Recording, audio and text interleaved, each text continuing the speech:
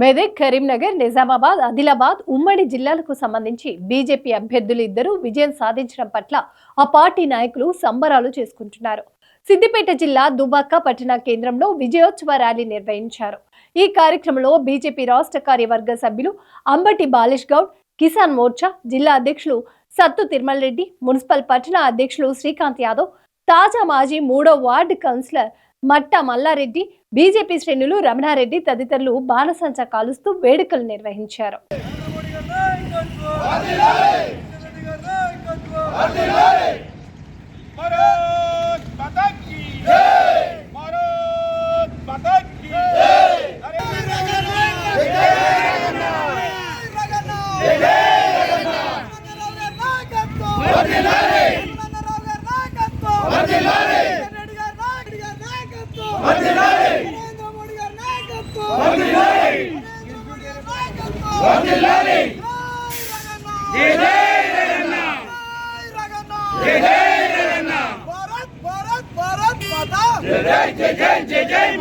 ఇక్కడ ఎన్నికలు జరిగిన మన భారతదేశము బీజేపీకి ఒక అడ్డాగా అనేది నిజంగా నిన్న జరిగిన పట్టభద్రులు మరియు టీచర్ల ఎమ్మెల్సీ ఎన్నికలలో నిర్ధారణ చేయడం జరిగింది తెలంగాణ ప్రజలంతా. రేపు కూడా గల్లీలో జరిగే ఎలక్షన్లలో కూడా లోకల్ బాడీ ఎలక్షన్ల సర్పంచ్లు కావచ్చు, ఎంపీటీసీలు కావచ్చు, మున్సిపల్ కౌన్సిలర్స్ కావచ్చు, ఎవరైనా కూడా బీజేపీ వైపే ప్రజలు మొగ్గు చూపుతున్నారు. కాబట్టి రేపు అత్యధిక స్థానాల్లో కూడా బీజేపీ ప్రజాప్రతినిధులే గెలవబోతున్నారు. నిజంగా కూడా కాంగ్రెస్ పార్టీ నిజంగా కూడా 10 నెలల్లో ఎంత విఫలమైందో ప్రజలకు ముక్కు మీదకి వచ్చిన మొత్తం దాఖలాలు ఉన్నాయి. ఇలా ఏ ఒక్క సంక్షేమ పథకాలు కూడా ప్రజలకు ఇక ఇస్తున్నాం అగ ఇస్తున్నామని చెప్పుడు తప్ప, ఫోటోలకు పోజులు ఇచ్చుడు, ప్రకటనలకు తప్ప ప్రజలకు ఉరగబెట్టింది ఏమీ లేదు ఈ కాంగ్రెస్ ప్రభుత్వం. ఇంకొకటి, కేసీఆర్ ప్రభుత్వం 10 ఏళ్ళు పరిపాలన చేసి ఫెయిల్ అయితే రేవంత్ రెడ్డి గారు కాంగ్రెస్ ప్రభుత్వం 10 నెలలనే ప్రజలకు అందరికీ ముక్కు మీదకి వచ్చిన దాఖలాలు మనం చూస్తూ ఉన్నాం. అయ్యా, కాంగ్రెస్ పార్టీని త్వరలోనే 15 రోజులు పడుతుందా, నెల పడుతుందా కాంగ్రెస్ పార్టీ ప్రభుత్వం కూలిపోవడం పక్క. నరేంద్ర మోడీ గారి నాయకత్వంలో నిజంగా కూడా ఇప్పుడు భారతీయ జనతా పార్టీ మళ్ళీ ముఖ్యమంత్రి కావడానికి నిజంగా కూడా సిద్ధంగా ఉన్నది. ఏ కోశాన మేము ప్రతిపక్షంగా మేము కూలగొట్టడం అవసరం లేదు. మీరే అధికార పక్షపోలే మీ కుర్చీని మీరు ఎప్పుడు ఆ రేవంత్ రెడ్డి కుర్చీని గుంజాము అనే ప్రయత్నంలో మీరు మేము కూడా చూస్తున్నాం. మీరు రేవంత్ రెడ్డి కుర్చీని గుంజుడే ఆలస్యం. మేము కూడా ఆ కుర్చీకి మేమే నిజమైన వారసులం, మేమే నిజమైన అర్హులం. కాబట్టి భారతీయ జనతా పార్టీ నిజంగా కూడా ముఖ్యమంత్రి హోదాలో 15-20 రోజులనే కాంగ్రెస్ ప్రభుత్వం కూలిపోవడం పక్క.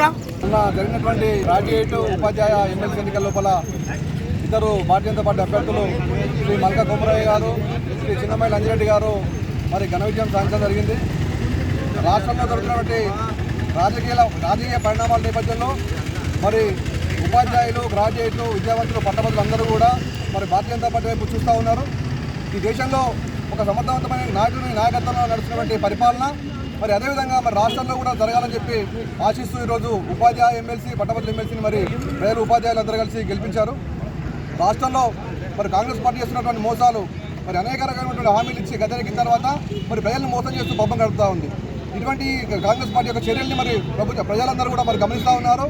రాష్ట్రంలో మరి ప్రత్యామ్నాయంగా మరి భారతీయ జనతా పార్టీ ఎదుగుతూనే రాష్ట్ర ప్రజలందరికీ మరి సౌకర్యాలు దొరుకుతాయని చెప్పి ఒక ఆలోచనతో ఈరోజు పట్టభద్రులు, ఉపాధ్యాయులందరూ కూడా మరి భారతీయ జనతా పార్టీ అభ్యర్థుల్ని మరి ఘన విజయం సాధించడం జరిగింది. ఈరోజు భారతీయ జనతా పార్టీ రాష్ట్ర పిలుపు మేరకు దుబ్బాక పట్టణంలో పట్టణ శాఖ అధ్యక్షులు శ్రీకాంత్ యాదవ్ ఆధ్వర్యంలో భారీగా బైక్ ర్యాలీ నిర్వహించి స్వీట్లు పంపిణీ చేసుకొని తపాసులు పేల్చి భారతీయ జనతా పార్టీ కార్యకర్తలందరూ కూడా సంబరాలు చేసుకున్నారు. ఎందుకంటే ఇదంతా భారతీయ జనతా పార్టీ కార్యకర్తల ఒక గొప్ప విజయం. ఎందుకంటే భారతీయ జనతా పార్టీ అభ్యర్థి గోదావరి అంజిరెడ్డి గారు అధిక మెజార్టీతో, అంటే ఒక్క రూపాయి కూడా వంచకుండా కాంగ్రెస్ ప్రభుత్వం కొన్ని కోట్లు తెచ్చి 100 కోట్లు ఖర్చు పెట్టినా కూడా గెలవలేదు అని అంటే ఈరోజు భారతీయ జనతా పార్టీ కార్యకర్తల కష్టం చాలా ఉంది. కాబట్టి కార్యకర్తలందరికీ కూడా ప్రత్యేకించి శిరస్సు వచ్చి నమస్కారాలు తెలియజేస్తా ఉన్నా. ఎందుకంటే ఈ కార్యకర్తలు ఇదే సంఘటితంతో ఉంటే రేపు జరగబోయే స్థానిక ఎలక్షన్లో కూడా మనమందరం కూడా ప్రతి ఒక్క దగ్గర కూడా జెండాలు ఎగరడం ఖచ్చితంగా ఇది సాధ్యమయ్యే పని, సాధ్యమవుతుంది కూడా. కాంగ్రెస్ ప్రభుత్వం అబద్ధాల పునాదుల మీద నిర్మాణమైనటువంటి ప్రభుత్వం. ఇప్పటి వరకు 2 లక్షల రైతు రుణమాఫీ అన్నారు.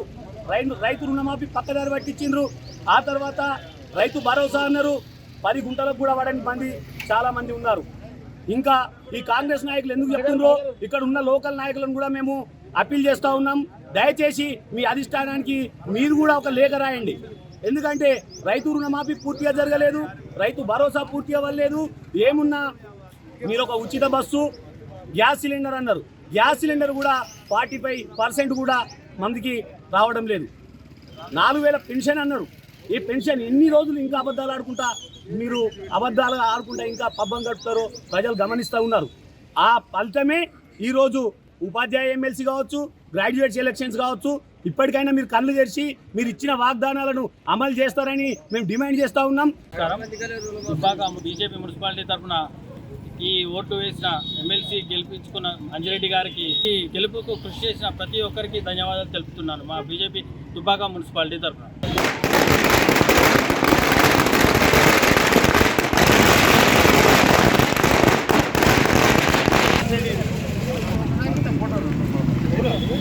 సుల్కూర్ రవీందర్ తోగుట ఇద్దరు